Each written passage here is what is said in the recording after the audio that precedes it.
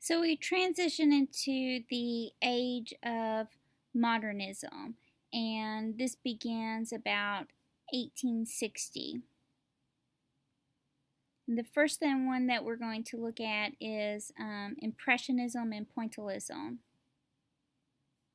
Now, the characteristics of Impressionism, we're going to see these relatively small but open compositions. It's going to be thin yet visible brushstrokes. It's going to emphasis on the accurate depiction of light on a surface.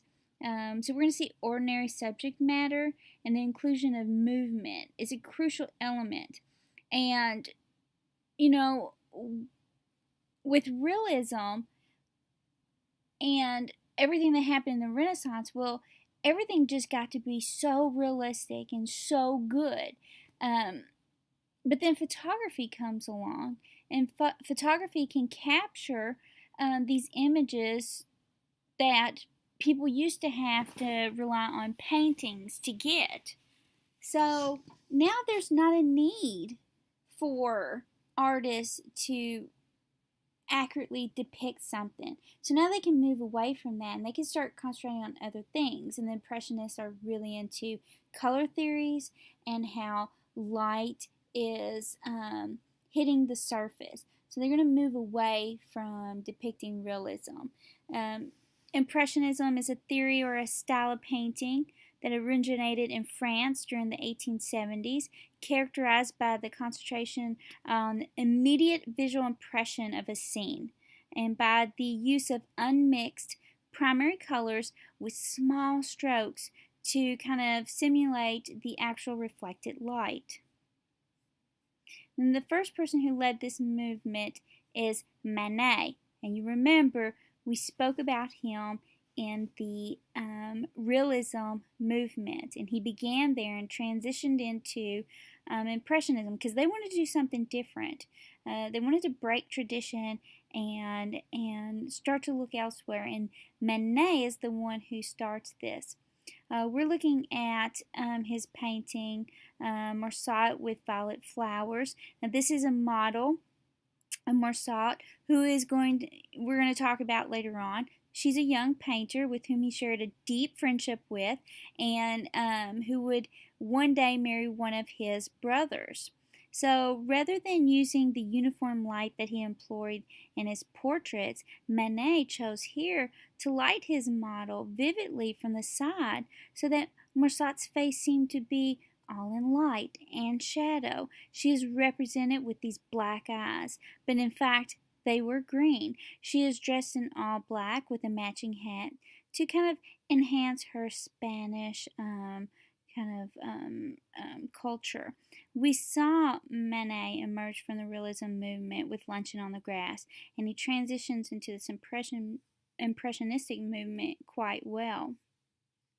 Here is his Monet in his studio boat. Now, it's going to be really hard. People get Manet and Monet confused all the time because they were both impressionistic painters. Manet actually began his career first, and he was very well known, well established. He was exhibiting at the Salon, and when he started to kind of move away from realism, he started to kind of get rejected from shows, and he wanted to do something different than what had been happening, but he didn't quite know where he was going. And it's Monet that kind of blows that wide open. But for a long time, Monet, he really admires Manet's style. But Manet doesn't want to have anything to do with him because he's kind of a little bit bitter about the fact that when Monet comes around, here's this younger artist. He's getting a little bit more attention, and so it took him a while to warm up to him. But once he does, they become really good friends, and there's a whole group of them. They end up making this impressionistic movement very successful. Now, this is about a little over 32 inches by a little over 39 inches. And, you know, Monet was known for his studio boat in about 1873. and he used it to make painting trips up and down the river in search of new subjects. Now, Impressionistic painters are primarily taking things outdoors, which was really a big deal. They hadn't really done this yet. We saw in the Romantic period these really nice, sublime type of seascapes and landscapes, but they weren't really going out and painting on site. It wasn't until the Impressionistic painters came about that they were actually really taking it out instead of doing things from memory. So here we have Monet in the boat with his wife, and Manet paints them. A very popular painting, probably one of his masterpieces, is this one that we're viewing now. It's a little over 37 inches by a little over 51 inches. The painting exemplifies Manet's commitment to realism because it has this detailed representation of a contemporary scene, but there is a kind of a beginning of impressionistic brushy strokes here. So critics accuse Manet of being ignorant of perspective due to the impossibilities of the painting's viewpoints, which went against realism, and it was making the position hard to determine. So what they were saying is, we're looking at her, and we notice here her reflection is in the background, and a man is talking to her, and they're like, no, there's no way, perspective is way off here. And in fact, after they made such a stink about it, in about 2000 a photograph was taken at this same spot from this point of view as a reconstruction to kind of reproduce the scene that was painted by Manet. And what they found out is the central figure stands before the mirror. She has this deadpan serious direct stare at the viewer, and this scene is one of leisure. And when they took this picture, they do indeed find out that well, yeah, because of the mirror, this is the correct perspective. So the art critics were in fact very much wrong about this this scene. And this was the last major work by Manet. Now he liked to depict these women and their male customers on these kind of imposing scales, and Manet brazenly introduced the moral issues of this time about prostitutes. And of course, this is a bar, so it's becoming really kind of the popular scene to go to at night, and ladies are starting to drink, which is a big no-no. So this whole lifestyle is a big no-no, one that Manet partook in, especially with the prostitutes. He ends up contracting a sexual transmitted disease and pretty much dying from that. So he was partaking in it, but he was kind of putting it up in society's face, and they knew about it, but they didn't want to know about it. So here we have Monet, who we give the credit as being the founder of the French Impressionistic movement, so the father of Impressionism, the most consistent and prolific painter of this movement. His philosophy expressed one's perception before nature, and Monet did this very well. This is his water lilies, very well known. A little over 51 inches by a little over 79 inches. He had this huge garden, and he dug this pond. He planted it with lilies in about 1893, and he painted the subject in 1899, And thereafter, it dominated his art. He did it over and over and over again. And why is that? Well, because he wasn't really interested in depicting it so realistically that it looks like a photograph. I mean, you could just take a picture if you want a photograph. What he wanted to do was capture the impression of this pond, the reflection of the flowers and the water, and how the light was hitting the surface. He wanted to explore a different way of rendering a painting, and this is very well known. But when it was exhibited, people hated this stuff. They didn't understand it. They thought it was unfinished, and most of them considered it still an underpainting, which is what most painters put down before they get the final painting done. Um, but he wanted to stop at this.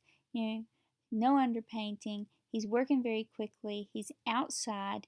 He's doing these kind of brushy, kind of laying down of strokes and not blending them. So you get the kind of the haziness, the impression of what you're seeing, and not that sharp detail. Now this is his impression sunrise. It's a little over 18 inches by a little over 24 inches. And we see this very loose brush strokes that suggest rather than defines it. And Monet explains the title later on. He says, landscape is nothing but an impression.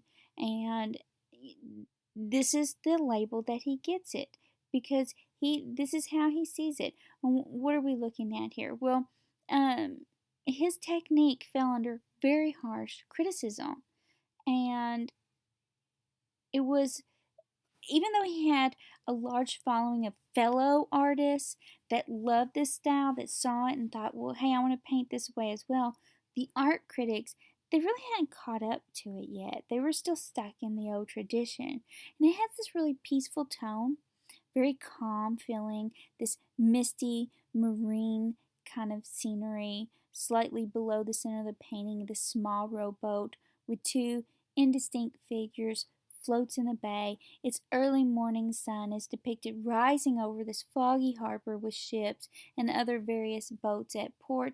The shadows of the boats and the figures and the reflection of the sun rays can be seen on the water's surface, and Monet incorporates a palette of this mostly cool, dull colors into a painting with blues and grays, but also includes this splash of warm color. Notice in the sky this red-orange sun, very complementary to the scheme.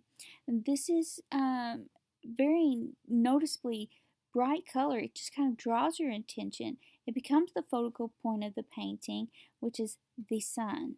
So, very, very in the background, very hazily put down, very loosely put down. We see these cranes, heavy machinery.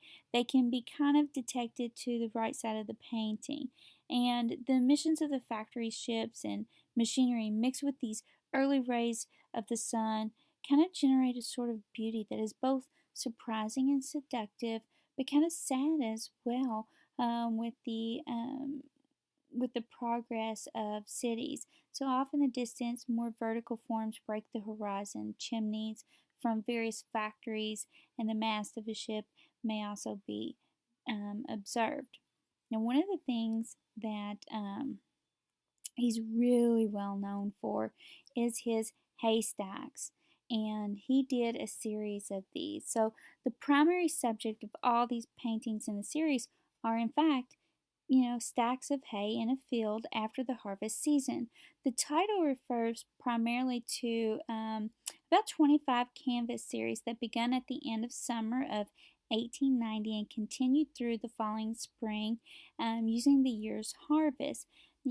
Now, some use a border, but Monet uses the same theme. We're just going to see different times of the year, and the series is known for its reputation to show difference in the perception of light hitting across these haystacks various times of the day, various times of the season, and within different various types of weather.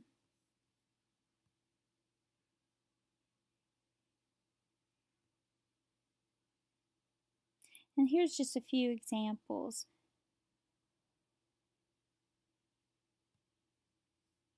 Now, Monet was really well known for this one as well.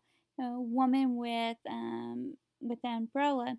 Now, the concept of it is the glance.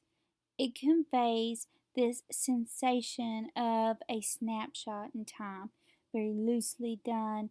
We see these brushstrokes laid down, the impression of her being there, the impression of the foliage and the clouds. Um, and she's strolling along on this beautiful sunny day, these feathery splashes of pulsating color here and there. It's critical in establishing this feeling of being spontaneous. The portrayal of sunlight and wind contributes to the movement of the scene. It's difficult to tell where the wispy clouds end and the wind-blown scarf of Mrs. Monet begins. The spiraling folds of her dress are a physical embodiment of the breeze that can be, seen fluttering across the canvas. The sunlight coming from the right provides this vigorous opposition to the wind blowing in from the left. And we, the viewer, are from below, kind of looking up at her, and it kind of intensifies this dynamic effect of sun and light. And by depicting his son only from waist up, Monet imparts a sense of depth in the setting, which art critics, they just didn't like. They didn't like it at all. To them, it was unfinished, and they didn't like the perspective of how he rendered his boy. Now, we spoke about Morsat earlier in the lecture, and she was a painter, and we saw her painted by Manet earlier. And in 1864, she exhibited for the first time in the Salon. Her work was selected for an exhibition and 6 subsequent salons until 1874, when she joined the rejected Impressionist for their own exhibition. And pretty much what happens is, there's Manet, Monet, Degas, just a whole group of them that want to paint in this style, but they keep on getting rejected from shows. So Monet decides, well, we're going to have our own show. And they did indeed allow a woman to be in these exhibitions. And at first, they didn't do very well at all. Hardly anybody came, and the art critics just kind of made fun of them. And people started to come just to poke fun along with the art critics, and then it kind of caught on. And at that time, that's when the Impressionistic painters were like, well, no, we're going to transition to something else. So we're still in modern Impressionism, and this is her seaside. She's predominantly going to have a theme of motherhood. This is a little over 19 inches by 24 inches. This painting is one of 2 in which Morsat recorded the holiday she spent with Manet's family on the English Channel in the summer of 1874. And during this holiday, she accepted the marriage proposal of the younger brother to the painter of Manet.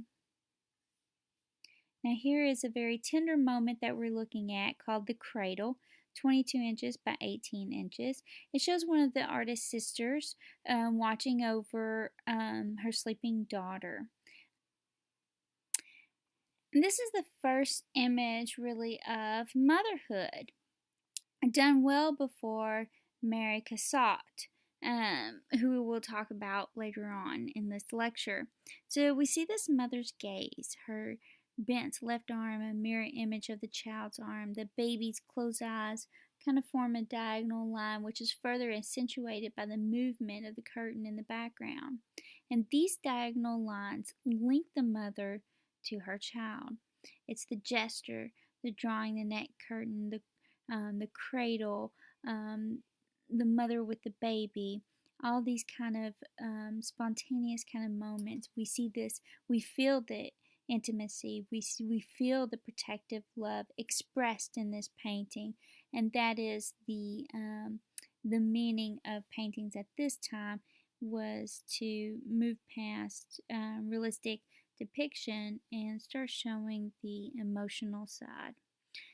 We're moving on to Renoir, a French artist who was a leading painter in the development of the Impressionistic style, along with Manet and Monet and Degas. We're looking at his Moulin de la Guerre, um, very famous piece that he's done, one of his masterpieces. It's a celebration of beauty and feminine sensuality. It's been said that Renoir is the final representative of the tradition, which runs directly from Rubens to Watteau. This is 52 inches by 69 inches. It's typical of the impressionistic kind of snapshotty feel of real life. But look, it shows the richness of form, the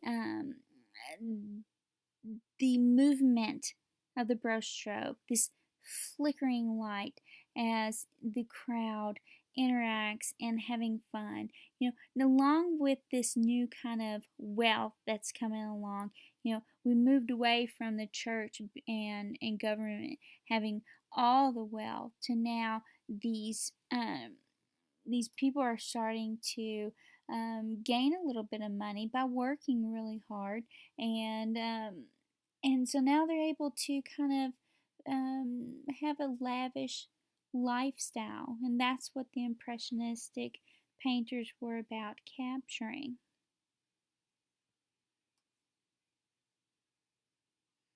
And his style is very distinct, and most of the time, you can tell just by the painting that it's a Renoir, and he's really noted for his distinct style.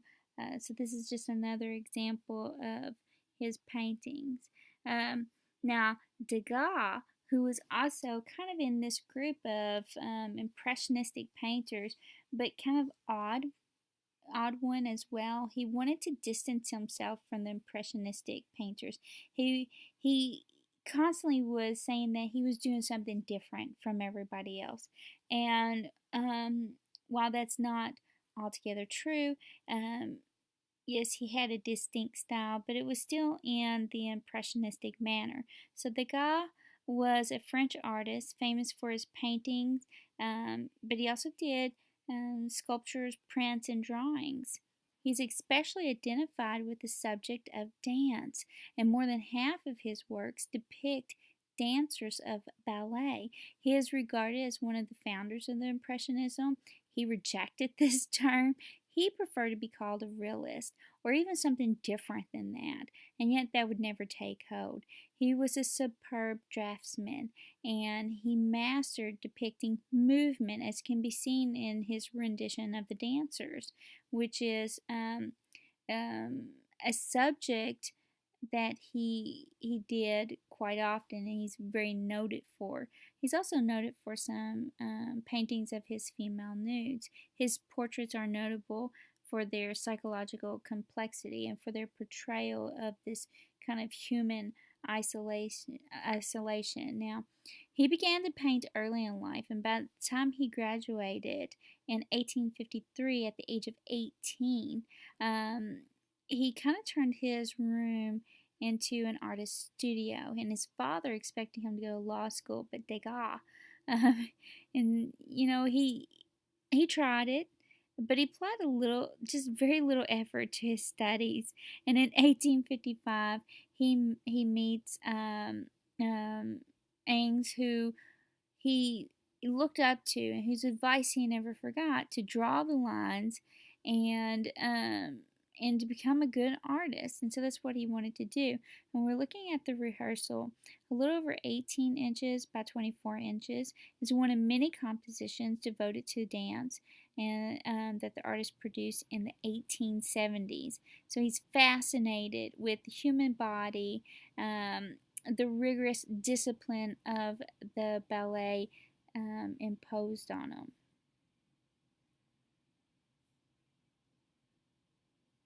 And look at the way he captures light. Now, he has an eye condition and he ends up not really being able to withstand the light. So he does it very well here capturing it, but later on his eyesight gets worse and worse and he's not able really to depict light in this manner again.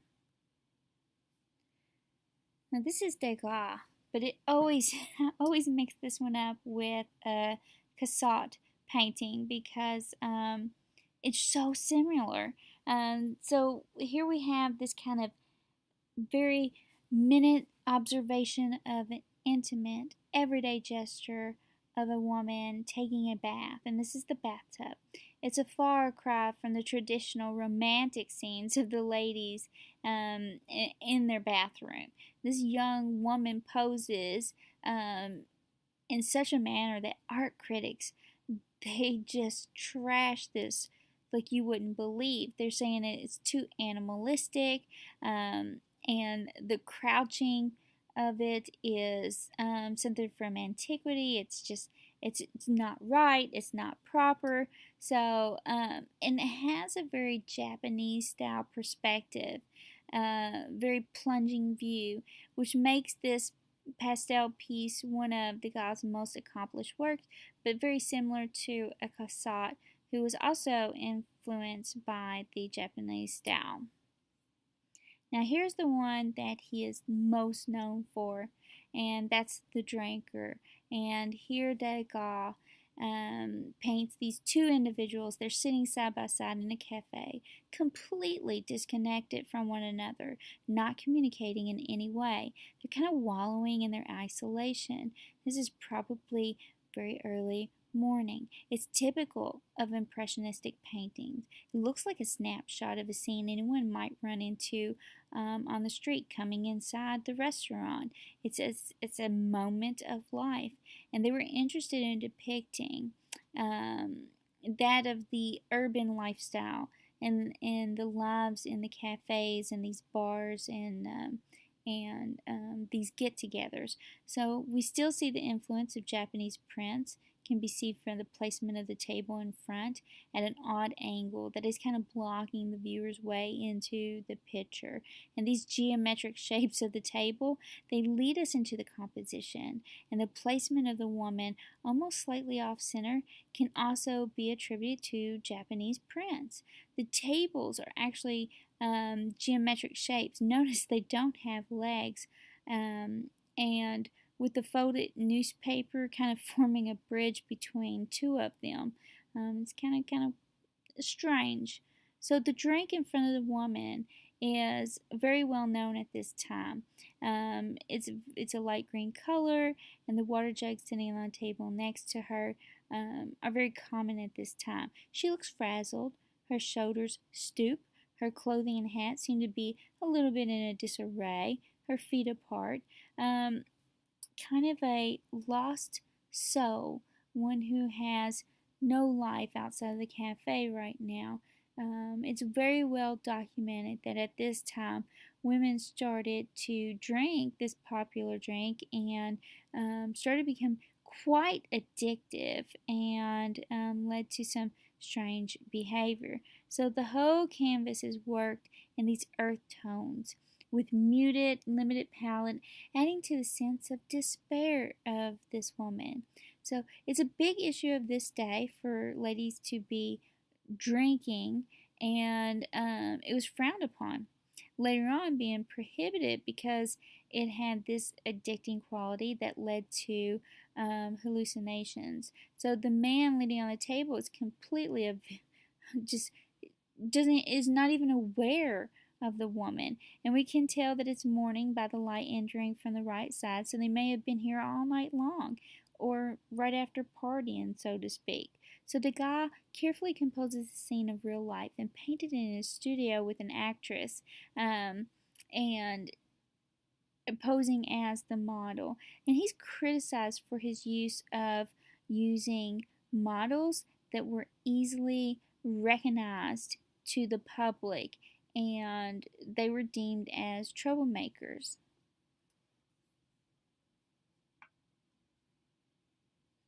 Now we're going to look at an American painter and printmaker. This is Cassatt. And Cassatt often created image of the social and private lives of women, with particular emphasis on these intimate bonds between mother and child. And one of her most famous painting is The Bath.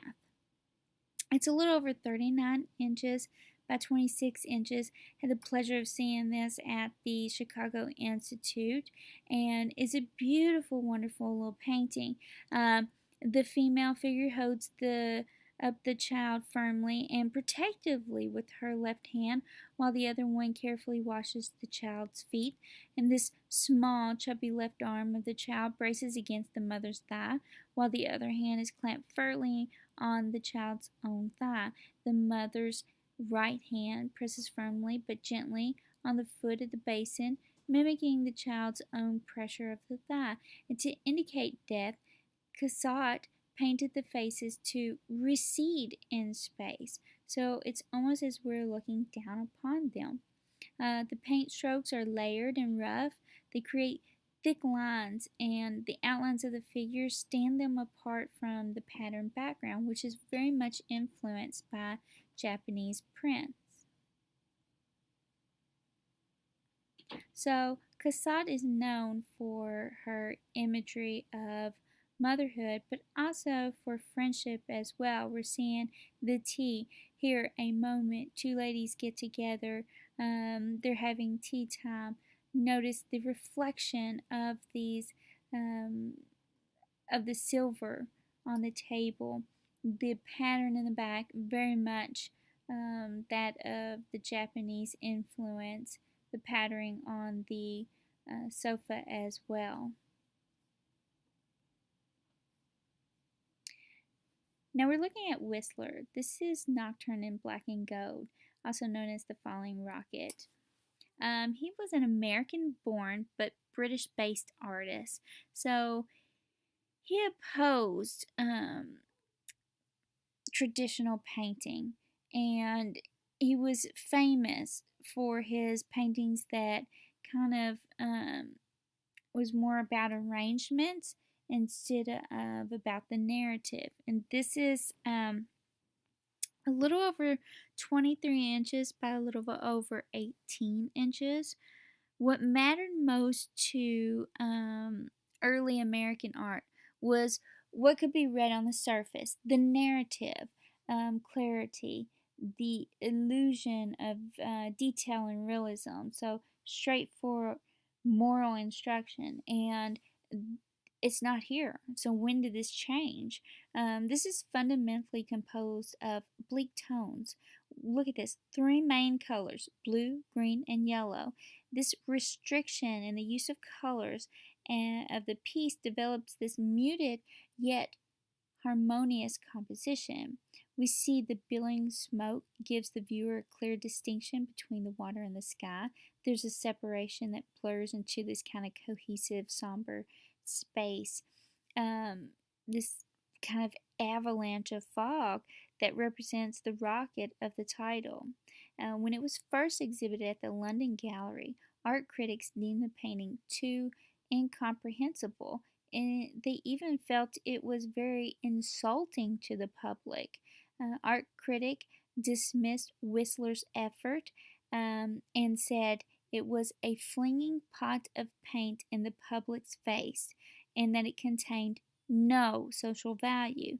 In response, Whistler sued the critic for libel, and though he won the case in court, he was only awarded a farthing in damages, which is very much a put down, so to speak. What he's really well known for is this arrangement in gray and black. A little over 56 inches by a little over 63 inches. Whistler is painting perhaps his mother, who posed for the painting while living in London with her son. Now, there's several unverified stories surrounding the painting itself. One is that Anna Whistler acted as a replacement for a model who couldn't make the appointment. It's also said that Whistler originally envisioned the painting of the model standing up, but since it she couldn't make it and now it was the mother, she was too uncomfortable to pose standing for an extended period of time, and thus she is sitting. Um, but in reality, Whistler was intrigued by flat shapes and colors. He painted his mother using very sparse lines, simple shapes, and restrained colors. So he's not necessarily caring about the portrait so much as the arrangement within on the canvas. The portrait is essentially a collection of objects arranged around this gray surface of the wall. The black curtain, the picture frame, the rug, even the panel that form a grid in which Whistler places his principal subject. And it's kind of, he places his mother in such a way to avoid involvement with the viewer. Do you notice that? And upon the painting's first showing, it caused so much controversy among viewers and critics alike. Some say that its particular coloring, composition, and flatness of emotion it was just unsuccessful, while others admired the artist's technique, or what they saw was kind of a spiritual character of the sitter. So Whistler went on to paint other portraits in a very similar style, but none would achieve the notoriety that this one did, perhaps because there was a balance of both criticism and acceptance.